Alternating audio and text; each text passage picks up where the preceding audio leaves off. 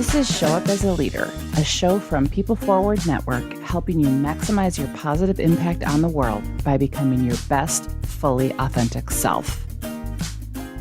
Hey there, everybody. It's Rosie. My friends from Vital Work, Rebecca Johnson and Natalie Johnson, passionately help leaders and teams function at full capacity. This new series, Energy, Connection, and Courage at Work, breaks down those three elements essential to a thriving workplace. Take a listen. Hi, everybody. It is Natalie and Rebecca here with you today on Energy, Connection, and Courage at Work. And we're doing something a little bit different today. Instead of bringing in one of our guests to have a conversation, it is just Rebecca and I here today.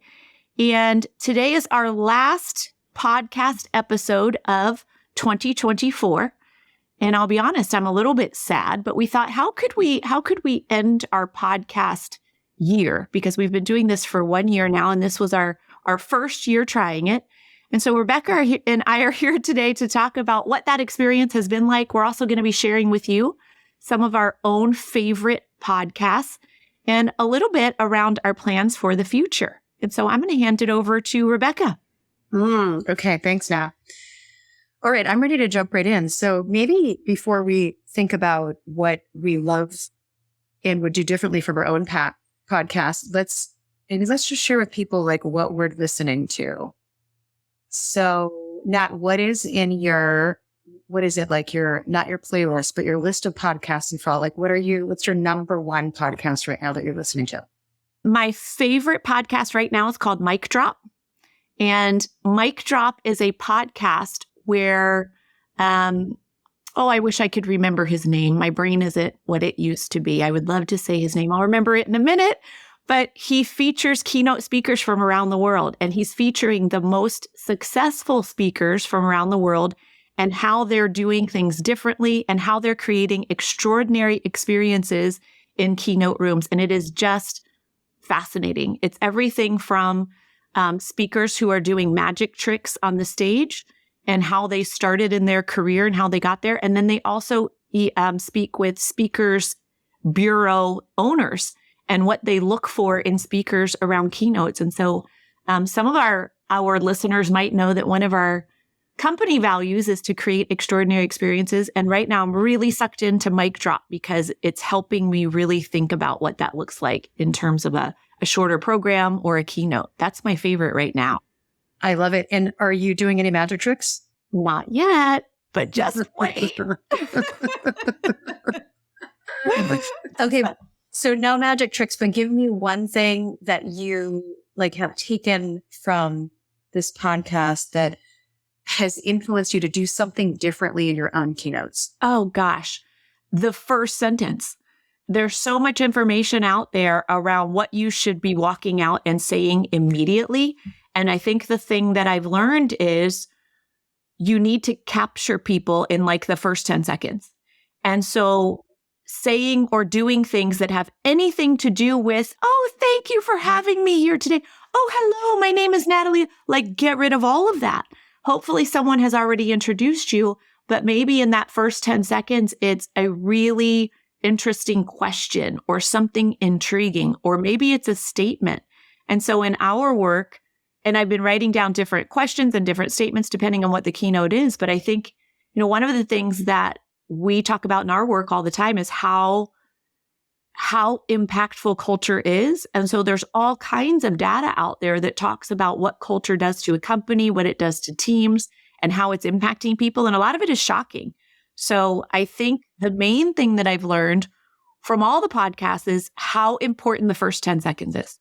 I love that because whenever I speak to a group of people, which is often, I find myself, the first thing I say is, it's like I'm hating myself while I'm saying it, but I'm saying it anyway, which is I'm so glad to be here and I'm so grateful for your time.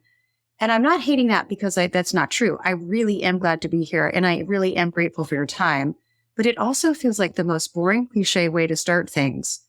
And I don't know. So I love this idea of, everybody knows you're glad we're here and grateful for our time. Say something else to get things started. Yeah. I'm going to use that one. I have to think of what my something else might be. But we have a lot when you really start thinking about it, we have a lot of content that is intriguing and surprising and even shocking. And so even saying, did you know that culture is 10 times more important than compensation? Just that. A lot of people don't realize that or know that. And then you say it and they're like, oh, well, that kind of makes sense. But within all of our content and everything we speak on, there's all kinds of interesting things to pull from. We just don't naturally do that. Mm-hmm. Yeah, because we feel like it's like mandatory that you say thank you and I'm glad to be here. Or you say hi, at this like, point, hi. Yeah. So, okay, I just realized that having to choose my favorite podcast is a little bit like feeling like name your favorite child. Yeah. It's like, I just can't. There's not one. So there's one that is also my favorite. And I didn't say it on purpose because I thought you might say it. Okay. I don't know if let me say my 3 and then you can. Okay. I'm going to put 3 at the top of the list. And they're all my favorites in right now, meaning not my all-time favorites, but they're like the 3 that I vacillate between the most. One of them is We Can Do Hard Things with Glenn and Abby and Amanda. One of them is my old standby. The first thing I ever listened to in podcasts is This American Life, which is like a public radio show. And then the third one is Smartless, which is this podcast with Will Arnett, Jason Bateman, and Sean Hayes. I'm not like self-reflective during it. I'm not like learning anything deep. I'm just listening to 3 guys who are really funny, kind of bullshit with each other, and then interview someone who's also funny. I have seen little clips and I've heard about the one with Jason Bateman and I keep thinking, oh, I've got to go listen to that. And I love that you're listening to that one. Me too. It's like I can get overly invested in like personal development and intellectual growth. And a lot of my podcasts are like deep and meaningful and I learn so much from them and I love them. And then sometimes I'm like, gosh, I just want to be entertained. And that is my I Just Want to Be Entertained podcast. I love it. And I'm a little surprised that you're doing a podcast just for entertainment. What was your second one? This American Life. Do you know that show? No, but This American Life, a public broadcast show or whatever you said, sounds really boring. I know it does. You would not think it was boring though, because it's all these stories about human nature. Like they take a theme and then they tell lots of stories based on that theme. Gosh, there was this theme like The Lies We Tell. And then it's 3 or 4 real person stories about people telling lies that got them in trouble. And it's a combination of like recording and interviewing, and they just edit it really well. It's been around, like it's the OG of podcasts because it was on public radio probably 20 years ago before anything was in a podcast when you had to listen to the radio, like one show at a time. So I don't know, give it a listen and then you can tell me how boring it is on a scale of 1 to 10 for you. Okay. I think it sounds really good. It sounded a little bit too newsy or historical or something at first, the way you said it. And that didn't sound interesting. But yeah, it sounds really intriguing. I need some good ones. My favorite really is We Can Do Hard Things, but I stepped away for a little while to explore other podcasts. And I don't think I've listened since they announced that sister had cancer. I took a break too. And I just went back this week and I listened to the last couple. Yeah. I need to go back. I always want to listen to that one. It's always good. I always want to listen to it, but then I tell myself I need some variety. So I leave and come back and then I catch up. Yep. I was on a big We Can Do Hard Things binge for a while and felt the same. I was like, okay, I got to take a breather and go listen to Smartless and just be entertained. Yeah. Right. Let's talk about our own podcast. So we did 11 prior to today. The first couple were just you and me. We were just kind of getting our feet wet, figuring things out. And then we brought on a guest every show after that. We talked about all sorts of things related to energy, connection, and courage. I feel like this is going to be choosing a favorite child too. But what's maybe one of them that stands out to you as, I don't know, something you love or you're proud of or you just really enjoyed doing? If I think about the one I liked the most, it was when we were with Stacy. And I think I liked it the most because it just felt like, for those of you that don't know, Stacy is our chief strategy officer. And we did a podcast episode with her on mindset and reframing the way you think. and we focused on a hard topic, which was she was feeling overwhelmed at work. And so it felt like it was important, like it was a conversation we needed to have. It was really helpful to hear her talk about what she was feeling being at work with us. And at the same time, it felt like, oh, it's just me and Beck and Stace. Like, it also kind of felt like our weekly leadership meetings that we had. So it felt like a real glimpse of the three of us and our working relationship, and also having a hard conversation. And it also felt, once I heard it back and it was edited, I was like, oh, that does sound like it would be helpful for some people. So it felt like it was helpful for people out there in the world that might listen to it. That, for those of you that are listening, if you want to go back and hear that, I think that's episode 4 on emotional energy. I loved that one too, because that was, Stacey will be the first one to tell you, that was like super vulnerable for her. And I thought it was a great example of 2 things. One of them is you talking a person, in this case, Stacey, through one of the many tools we use around shifting mindset in a way that I thought kind of showed the power of that. And also it was, I think, a good demonstration of how we've been able to really truly walk the talk and have hard conversations with each other in a way that brings us closer. I just thought it was like you were just like right inside those 2 things. Yeah. I really liked it. It was my favorite one for sure. And it's not picking Stacey as my favorite child, but maybe it is. I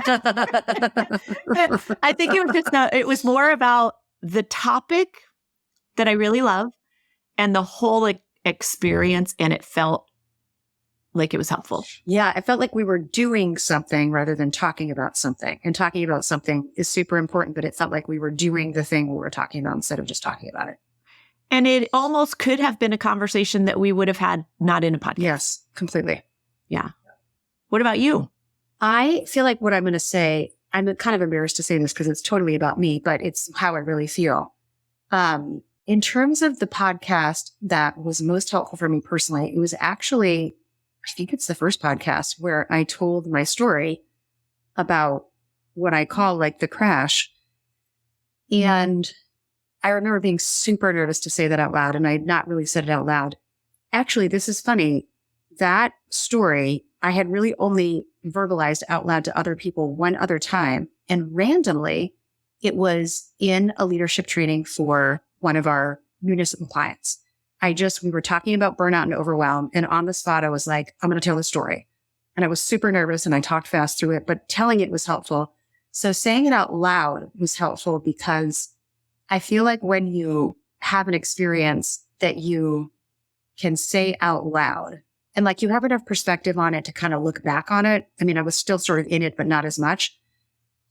It was so relieving to say it out loud. And it actually, I think saying it out loud to the 2 of you and anyone who was listening really allowed me to get even more perspective on it, to figure out what the last few years of my life, like why they felt so hard. That conversation was the catalyst for me to be able to do something with that experience that was healthy and helpful that I don't think I would have been able to do as quickly if I hadn't said it out loud. And that was early on. I forgot we did that. And in thinking about what my favorite podcast was, I started thinking about guests and not episodes. But I liked that one too. And I think it is another great reflection of our work. Yeah. It gave me where did I hear this phrase first? Or I think it was from Brene, where she was talking about like I had a vulnerability hangover. I totally had a vulnerability hangover. Like I said that story out loud and then I put it out there. And it took a long time for me to be able to listen to that podcast in its full produced format because I was just so nervous to hear myself tell it. But I'm over that. It's good. The world didn't fall apart and I am healthier because of it. That makes me think about like the next thing that maybe we'll talk about, which is what we have learned from these podcasts. And I was thinking about one of the things I have learned is that, well, this isn't something I'm learning. The whole process revalidated for me that I'm definitely my own worst critic because I would leave every single podcast and think like, oh gosh, I'm not sure. I don't know how that conversation went. Like I really enjoyed it, but I'm not sure it's going to produce a valuable podcast. And then I would go back and listen to the recording and think, oh my gosh, hey, I mean, I know this is our first time and there's things that we would do better, but that was pretty good, or that wasn't bad. And I'm realizing that I often have an experience of something when I'm in it that isn't very objective. And doing a podcast allows you to go back and listen to an experience you had and like see it through a new lens. So one of the things we learned is that I'm my own worst critic. I learned other things too, but what's something you learned?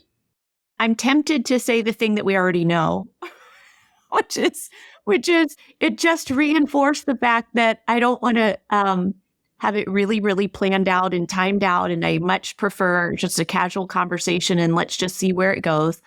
And even if we're going to have Rebecca come on and she's going to share her experience, like I would much rather organically reply and respond to that rather than say, Natalie's going to spend 5 minutes and she's going to talk about this. And then because my brain goes into overdrive trying to remember what I'm supposed to be saying. And then it drowns out what I actually want to say. And then I just get flustered and talk too fast and can't remember what I want to say. And so I think it reinforced that. We definitely, because we have a short podcast, have to keep it short. And I recognize that. But, even today, we both showed up today and we're laughing and we're like, okay, well, this is our last one. I'm unprepared too. Like there's no script today. This feels very comfortable for me. And I think the other thing I learned, which we've both talked about, is we would like something a little longer, a little bit more space to talk and explore our topics. And there was one other thing that wasn't the obvious thing, which was I didn't like a script. And I can't remember right now, but it'll come back to me here in a second. What about you? I learned something similar, which is, this is kind of something I'm learning in my life in general right now, which is I actually also I know that I'm the one who's known as like, I need order and I need to plan and I need to know what the plan is and I need to execute. And that's true in a lot of ways. But what I'm learning is that I would actually also rather just show up to these podcasts and have someone say to me like, today we're talking about this. And so the next time we do this, I think it would be good for me to step out of, Stacey and Haley have done so much of the planning and executing on this behind the scenes, but I've been involved in okay, let's make this our guest and then let's make sure we do this in the planning part. And I'm realizing that not just with podcasting, but with my life in general, I really want to step back from being the person who's in the planning and organizing role, because I think I have like a level of creativity that you can't access when you're in planning, organizing, and executing mode. So for the next podcast, I'd love to take even one step back from the planning, which is totally possible with our team, 100%. And that's like a microcosm of what's happening in my life where I'm like, okay, I'm the person in my family who's like, I've got the Google Doc with all the kid commute schedule. I'm like, I have all the mental tickers and I'm organizing them all. And because there's so many of them and I take responsibility for all of them, and I'm not very good at asking for help when I need it, it means I don't really have very much time in my life for creativity. There's not a lot of spare time for, playing the piano or gardening. And so this big lesson in my life right now that showed up in the podcast is if you can let go of some of the planning and organizing and executing, A, I'm happier. And B, it makes space for me to tap into what I think I can offer the world most right now, which is just like creativity and presence. And I think what you just described is what I feel when I'm locked into, we're going to do an intro for 2 or 3 minutes, then hand it off to Rebecca, then we're going to hand it off to her. It's not necessarily what we're saying that's scripted, but the timeline. My head it sucks the creativity out of my head and is like, don't talk too much. Don't talk too long. It's not your turn to talk yet. And I think if just a more organic conversation is just like, we get in that flow, that's so much better. So I relearned that, which I already knew, but I think it was helpful to play around with. Sometimes we were really with guests, and limited time, we had to really follow a timeline. And then the other thing I remembered what it was I've learned that people are listening to us. And every time you say it, I'm like, you heard it? And I now have people asking for it. And so I had a person yesterday who said, gosh, I went to your website and I listened to all your podcasts. And I was like, you did? You listened to all of them? Wow, they were great. did you like it? And then there's like so many ways. The other thing I learned, and I think we all learned more recently, is, gosh, the podcast topics are so relatable in our content. Like every training we do, there's a podcast that aligns with our content. And so even just being able to talk about it more on a day-to-day basis and include it in conversations with clients has been really helpful because people want to hear it and they love talking more about it. I had a group yesterday and they were writing down. I said, you have to go to our website to get it. Oh, good. Which one's your favorite? Oh, good. They're only like people are into it. And I don't know why, but I'm surprised. I'm surprised. I have to tell you something. So last week I went to one of our newer clients. This is the first time that we've been to their office. And the woman who's at the front greets me at the door. And I said, hi, I'm Rebecca Johnson. I'm here to meet so-and-so. She said, I know. I follow you guys. I know who you are. She really stopped him. I was like, you follow us? Where? She was like, on social media, listen to your podcast. And I literally was like, I stood still. I was like, you do? And then I was like, I don't know. Oh, good. Yeah, of course you do. Well, and maybe it's because we've thought about this as this is our big experiment to see, do we like it? Do we love it? Do we want to do different things differently? And so I've never thought like, wow, I'm going to run into people and they're going to say they heard it and they listened to it. And then this is like this private thing we're doing in a back room that no one's going to listen to as far as I was concerned. Yeah. Oh, so good. Let me see. I'm trying to think. There was one other thing. Oh, I know this other thing I learned. I'm doing it right now.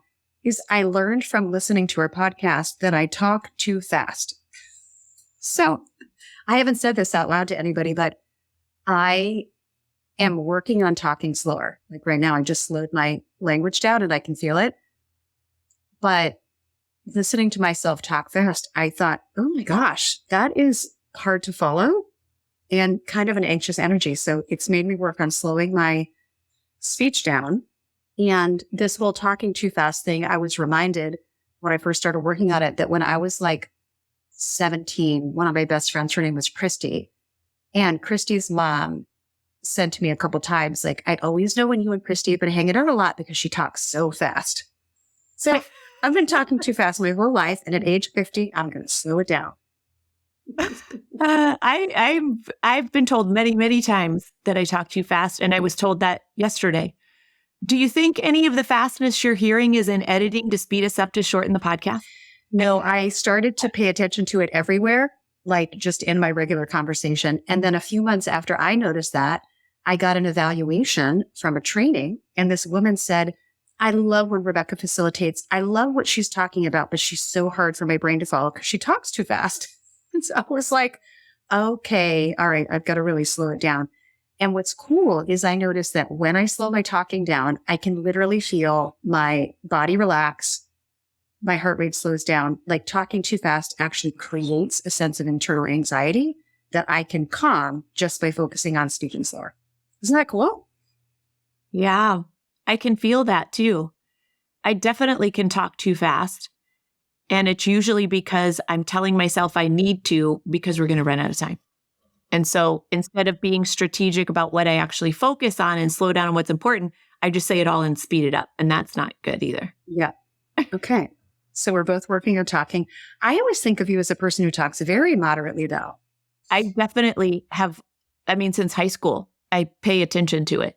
And I think I'm feeling what you feel as I start getting revved up or excited. And then I'm talking really, really fast. And then if I have caffeine, I can talk even more fast.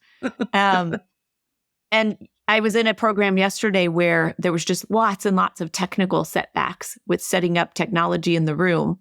And so I got started for a morning session and an afternoon session really late.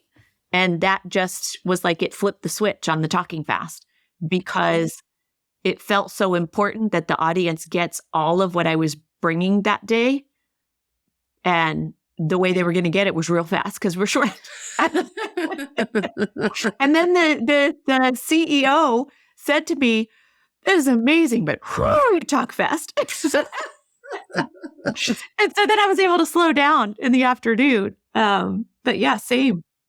All right. So speaking of what you've taken away that's like good for you, our podcast is obviously about energy, connection, and courage. managing energy, prioritizing connection over rightness and ego, and being able to choose the courageous thing even when it's hard.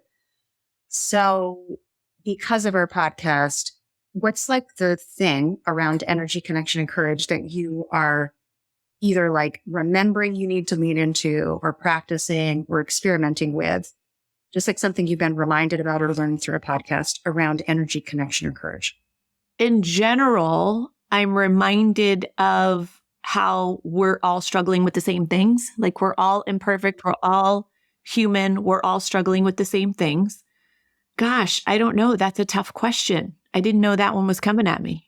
I know. I told you I was going to give you a surprise because you like spontaneous ones. That's not the surprise I wanted. So the question is, what's something I've learned related to energy, connection, and courage? No, and it doesn't have to be something you've learned that's new, because not a lot of what we talked about is like new to you. But sometimes you hear something and you're like, oh yeah, that's right. I'm reminded of that and I need to. So I'll give you an example and I'll give you some stall time. Something that maybe has come up for me is around courage and kind of choosing to say the courageous thing. We had a couple different conversations about being courageous in the workplace, but it also makes me think about being courageous everywhere. And so I am really leaning hard into saying what feels like the courageous thing, even when it feels risky or like it might make another person uncomfortable. And that's everywhere, with our team, with my family, with clients. And usually there's two things I'm reminding myself of, remembering. One is that courage almost always means I'm going to be honest or transparent with you right now in a way where I wouldn't normally be honest or transparent. I'm going to share my actual thoughts or my actual uncertainties or my lack of knowledge or my worries about something. So courageous communication really equals, honesty or transparency. And what I'm learning and relearning and learning again is that every time I make the decision to say something that feels risky, but like the courageous thing, not only does nothing bad happen, but something good almost always happens. Like the worst thing that happens when I choose to say the courageous thing is that someone else gets visibly uncomfortable.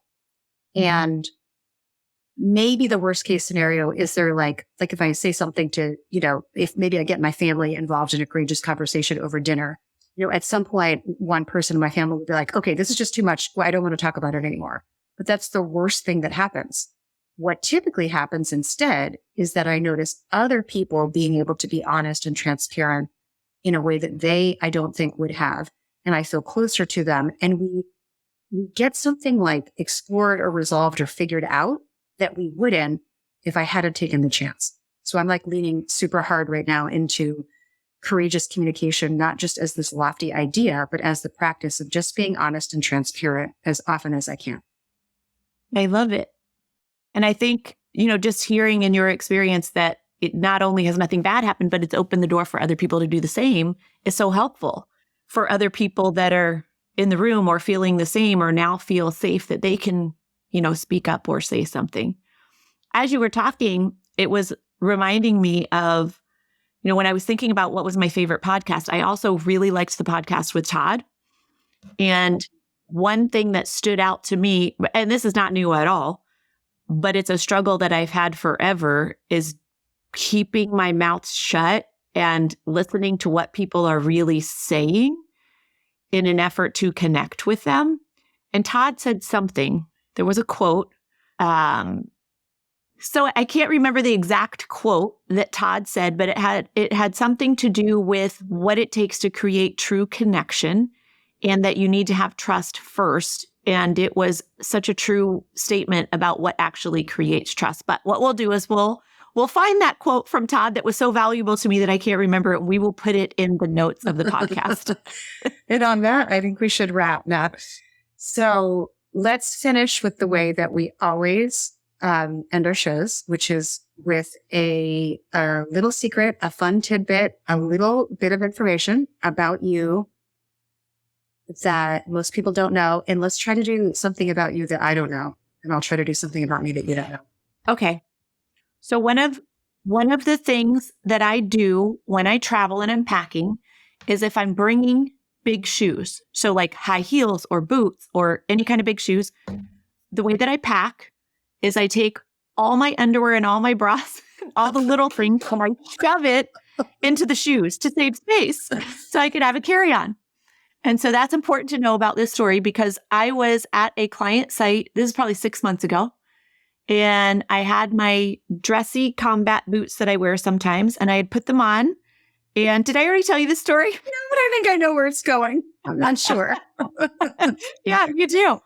And I had wore high heels the day before and I had put these combat boots on. I was like, gosh, my feet feel like they're swollen. Like maybe I just shouldn't wear.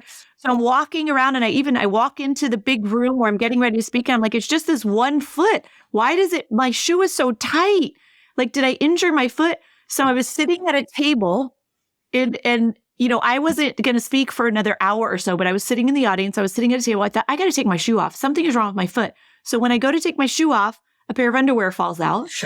And I don't know if it's clean underwear or dirty underwear, but I grab it really quick and I put it in my pocket and I had some baggy pants on and I thought, I can't keep these underwear in my pocket like all day. I'm getting ready to go up on stage and I feel like, and I always put my hands in my pocket. So I thought I'm going to feel them. It's going to be distracting. But I have to like get up. I didn't have my backpack with me or my phone. It was across the room.